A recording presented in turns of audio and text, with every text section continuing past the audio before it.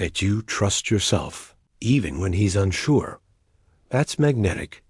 Here's what often happens when you give space without collapsing.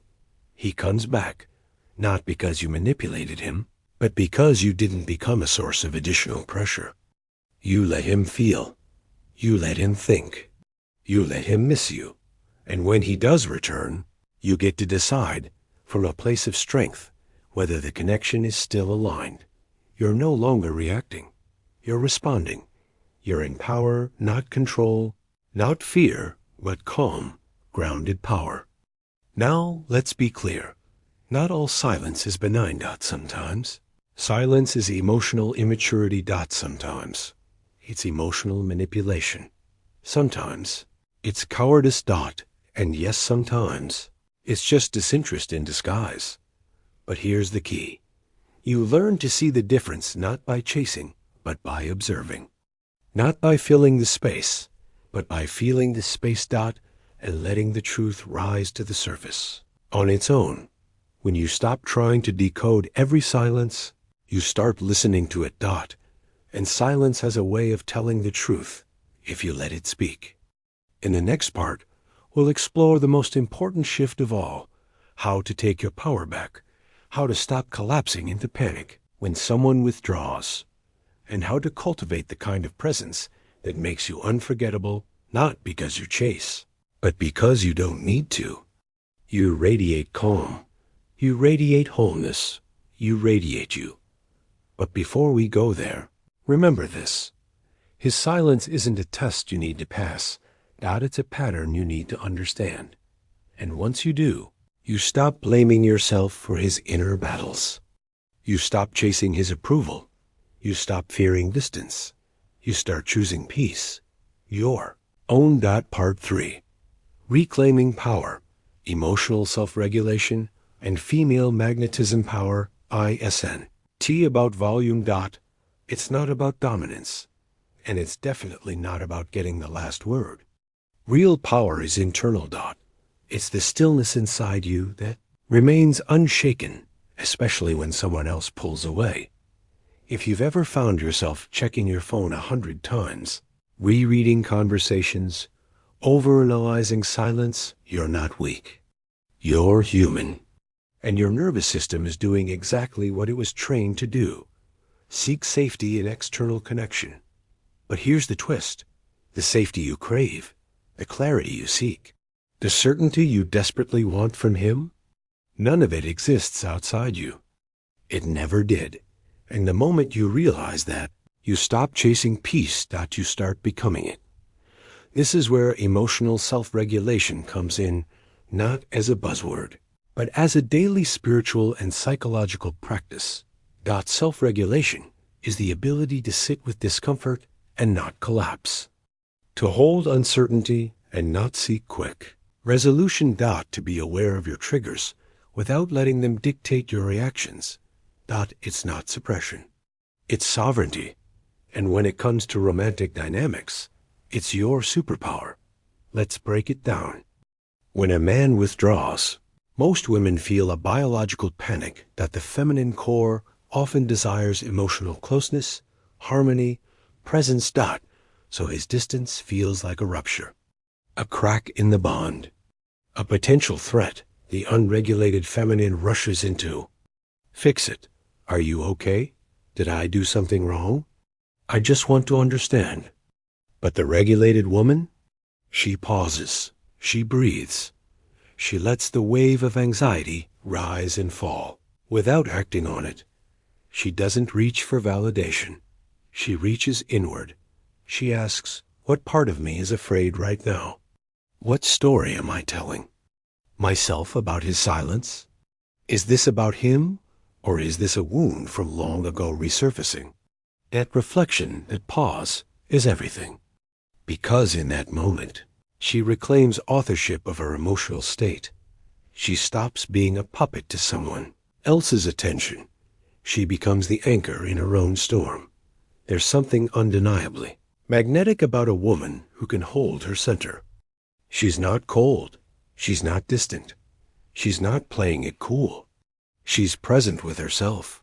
Her calm presence makes others lean in Not because she's trying to attract, but because she isn't trying at all. She's too busy being rooted, too busy being full, too busy being whole. This wholeness is where feminine magnetism is born. Let's talk about magnetism, not manipulation. The woman who regulates her emotions, who doesn't react impulsively to every shift in someone else's behavior, exudes something rare in today's world: energetic safety. She's not demanding. She's not chasing. She's not waiting by the phone, shrinking into scarcity. She's living. And that energy? It's intoxicating, not because she's putting on a performance, but because she's radiating from within. She becomes the sun, and everything else orbits naturally. But here's the key. This isn't about winning the man back. This isn't about silence as strategy. It's about returning to you. Because here's the truth most people avoid. You can't control how anyone else shows up. You can't force consistency. You can't demand emotional maturity. And you shouldn't have to. But what you can control is your response, your energy, presence. You get to choose whether you collapse or rise, whether you chase or reflect, whether you cling or release. And the moment you choose self-respect over self-abandonment, everything changes. Let's get practical. Here are 3 steps to reclaim your emotional power during his silence. Anchor in the body. When your mind spirals, come back to your body. Feel your breath. Touch your skin. Move. Stretch. Emotion lives in the body. So when you move, you release. Stillness isn't just mental. It's physical. Name the trigger. Ask yourself, what am I actually afraid of? Is it rejection? Is it abandonment? Is it the loss of control? Naming the fear gives it less power. You see it clearly. You stop fusing with it. Return to self-loyalty. Instead of asking, why isn't he texting? Ask, what can I do today that brings me back to me? That could be journaling, calling a friend, cooking, walking. The point is, give yourself what you're seeking from him. Because once you do this consistently, something beautiful happens. You stop needing his attention to feel validated. You stop fearing his silence. You begin to see him clearly, not through the lens of your anxiety, but through the clarity of your worth. And that clarity is what makes you unshakable. There is a quiet, dignified power in a woman who stays centered in silence. She doesn't raise her voice. She doesn't beg. She doesn't perform. She simply is. And that beingness is your greatest gift. Because men, whether they admit it or not, feel energy. They know when you're whole. They know when you're waiting. They know when you've disappeared into the relationship or when you've remained loyal to yourself. And the woman who remains loyal to herself is unforgettable. Not because she's hard to get, but because she's impossible to replace. In the next and final part, we'll talk about what happens when you fully let go, when silence becomes not just tolerable, but empowering, when you stop begging for love and start embodying it. We'll explore the final transformation, from the woman who waits to the woman who walks. Are you ready? Part 4, letting go. When silence becomes the doorway back to yourself, there comes a moment in every woman's life when something clicks. It doesn't happen during the high of romance. It doesn't happen in the middle of a long, dramatic conversation. It doesn't even happen when he finally texts back. It happens in the quiet. In the space where you used to panic, where you used to wait, where you used to crumble. That space is where the transformation begins. Because one day, you wake up and realize you're no longer afraid of the silence. In fact, you welcome it. It no longer feels like rejection. It feels like clarity. It no longer feels like abandonment. It feels like permission. Permission to stop performing. Permission to stop proving. Permission to finally, just come home to yourself. Stop rereading messages. You stop wondering if he's thinking about you. You stopped rehearsing what you would say if he finally called. Not because you stopped caring, but because you started remembering who you are. And the woman you remember? She is brilliant. She is magnetic. She is free. Freedom doesn't always feel like fireworks. Sometimes it feels like breathing for the first time after holding it for too long. It's subtle. It's quiet, but it's undeniable. You notice it when you look at your phone. And don't feel that punch of disappointment. You notice it when you sit in your apartment and don't feel lonely, just peaceful. You notice it when your first thought in the morning isn't him, but you. Your life starts to orbit you again. And that, right there, is what healing sounds like. Not loud, not flashy, but calm. Steady. Whole. Letting go is not the same as giving up. That it's not bitterness, that it's not resentment, that it's not pretending you never cared. Letting go is simply this: choosing your peace over your patterns, choosing your self-respect over your need for closure, choosing to believe that what is meant for you will never confuse you, abandon you, or make you doubt your own worth. Think of all the energy you've spent trying to understand him. All the thoughts, the nights, the overthinking, the fixing, the worrying. Now imagine redirecting all that energy back into yourself, into your growth. Your creativity. Your relationships, your purpose, body. Your joy. That shift doesn't just heal you. It transforms you. You go from being a woman who waits to a woman who creates, from a woman who reacts to a woman who responds, from a woman who fears silence to a woman who owns it. Letting go doesn't always look like a big decision. Sometimes it's 1,000 little ones. It's choosing not to send a message. It's choosing not to check his profile. It's choosing to take a walk instead of spiraling. It's choosing to go to bed without needing a resolution.